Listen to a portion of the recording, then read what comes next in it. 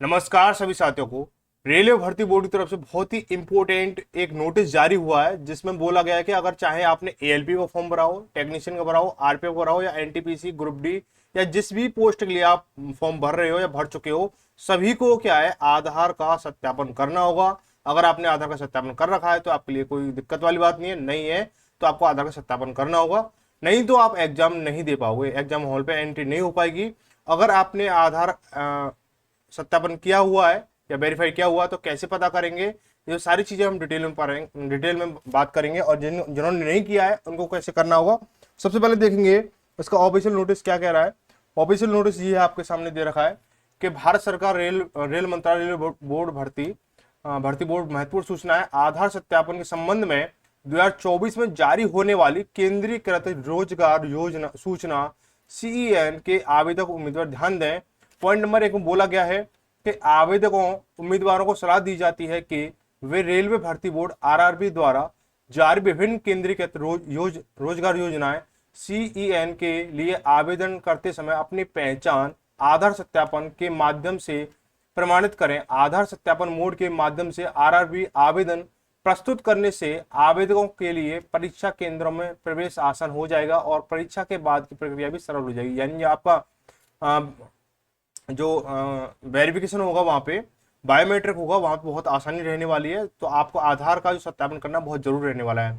तो आधार का सत्यापन कैसे करेंगे पूरा डिटेल में देखेंगे, पूरा ऐसे एक बार नोटिस देख लीजिए, उसका पूरा डिटेल में समझाएंगे कि आधार का सत्यापन हो रखा है या नहीं हो रखा, वो कैसे कैसे आपको चीजें क्लियर होंगी।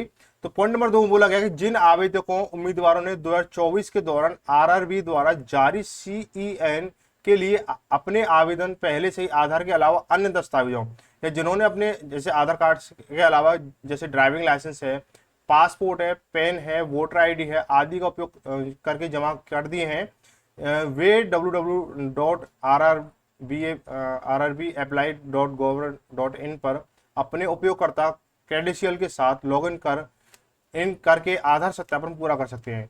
यह आधार सत्यापन एक बार की प्रक्रिया है। यह सभी वर्तमान और भविष्य की नौकरी अधिसूचना और आवेदनों के लिए स्वचालित रूप से मान्य होगी। देखो भाई, सीधा फंडा समझो इसको। अगर आपने पहले आधार से कर रखा है तो आपके लिए कोई दिक्कत नहीं है। अगर आपने आधार से नहीं किया है, चाहे आपने ड्राइविंग लाइसेंस से किया हो या पासपोर्ट से किया हो, पैन कार्ड से किया हो या वोटर आईडी से किया हो, तो आपको आधार का सत्यापन करना जरूरी रहेगा। ठीक है। आगे बोला, रेलवे भर्ती बोर्ड किसी तीसरी पार्टी के साथ आधार विवरण को सारनाथ सहेजेगी, ना ही साझा करेगी, ना ही संबंध। ये ठीक है, ये बोल रही है रेलवे भर्ती बोर्ड जो आपको जो आधार की जानकारी है वो किसी अन्य पार्टी को या किसी थर्ड पर्सन को आपको मतलब साझा नहीं करेगी। ठीक है।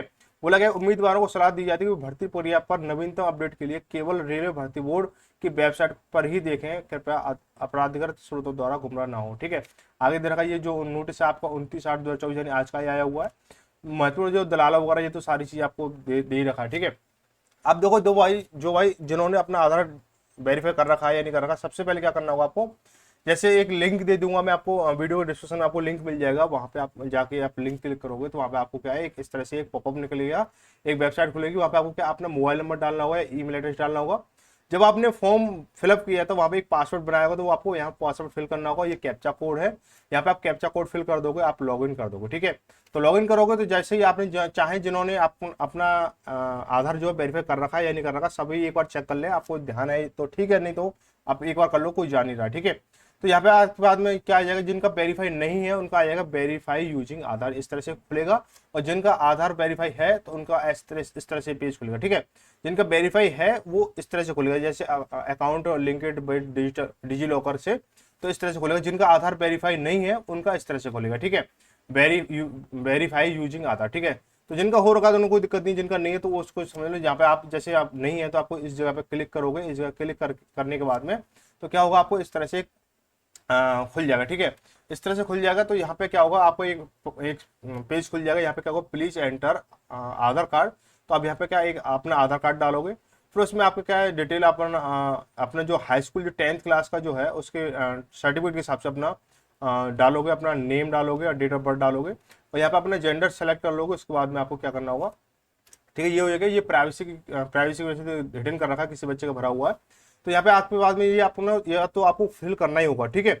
इसके बाद में यहाँ पे बोल रखा है my Aadhaar detail are same as per material certificate marksheet, यानी अगर आपका जैसे आपका आधार कार्ड जो है, आपकी जो 10th की सर्टिफिकेट है या मार्कशीट है उसके अकॉर्डिंग सही है, एग्जैक्ट है एकदम, यानी कोई भी मिस्टेक नहीं है। जैसे किसी किसी के नेम में मिस्टेक होता है ना, ए का ई हो गया, या डेट ऑफ बर्थ में कुछ मिस्टेक है, तो आपको क्या करना होगा, उसके लिए सॉल्यूशन है, उसके लिए यहाँ पे रैंडमली आपको फिल करना होगा, ठीक है। अगर आपका जो आधार कार्ड है और आपका जो 10th का जो सर्टिफिकेट है वो सेम है, डिक्टो है, कोई भी मिस्टेक नहीं है, तो आप यहाँ पे टिक करोगे तो ऑटोमेटिकली ये क्या है, फिल हो जाएंगी। अगर नहीं है तो आप यहाँ पे अपना मेंशन कर सकते हो, ठीक है। उसके बाद में अपना जेंडर सेलेक्ट करोगे या वेरीफाई आधार कार्ड यहाँ पे क्लिक करोगे। इसके बाद आपका एक ओटीपी आएगा, ओटीपी जैसे आप जिस जो भी रजिस्टर्ड मोबाइल होगा आपके आधार कार्ड से उस पर आएगा ओटीपी। एक बार चेक कर लेना, अगर जैसे कुछ छोटी सी बात है अगर मैं आपको बताऊंगा तो, ठीक है। लेकिन उससे आप वेरीफाई से पहले आपको ना ये वाला टिक जरूर करना होगा, ठीक है। ये वाला टिक यहाँ पे टिक करने के बाद जब वेरीफाई करोगे उसके बाद आपको ओटीपी आएगा। ओटीपी जो रजिस्टर्ड मोबाइल नंबर होगा उसमें रिचार्ज होना अनिवार्य है, और रिचार्ज नहीं होगा तो ओटीपी नहीं आएगा, तो इसके लिए थोड़ा ध्यान दे लें, ठीक है। छोटी छोटी चीज होती है रिचार्ज वाली बात है, बताना सही है नहीं सही, लेकिन जो पूरी जानकारी है उसी तरह से मैं बता रहा हूँ आपको, ठीक है। तो इससे ऐसा करके आपका ओटीपी जैसे जनरेट करोगे उसका एक ओटीपी, इसके बाद जैसे वेरीफाई करने के बाद ओटीपी आएगा, ओटीपी का आप फिलअप कर दोगे, आपका कंप्लीट हो जाएगा, ठीक है। तो फिर जब आप इसे फिर दोबारा से चेक करोगे इसको, जब ऐसे आप दोबारा चेक करोगे तो आपका जैसे मोबाइल नंबर डालना होगा, आपको पासवर्ड डालना होगा, आपको कैप्चा कोड डालना होगा, उसके बाद फिर ना आपको इस तरह से दिखेगा, ठीक है। Account linked bye digi locker इस तरह से आपको दिखने लग जाएगा, ठीक है। आज की वीडियो में इतना ही, बहुत इन्फॉर्मेशनल वीडियो थी आज की, ये आपको सभी को शेयर करनी है। अब वीडियो कैसी लगी, जानकारी कैसी लगी, वीडियो को साथ में कमेंट्स जरूर करें। आई होप सारी चीजें मैं क्लियर कर पाया हूँ। फिर भी अगर आपको कोई डाउट हो तो मुझे कमेंट कर सकते हो, ठीक है। कमेंट कर सकते हो आराम से, ठीक है।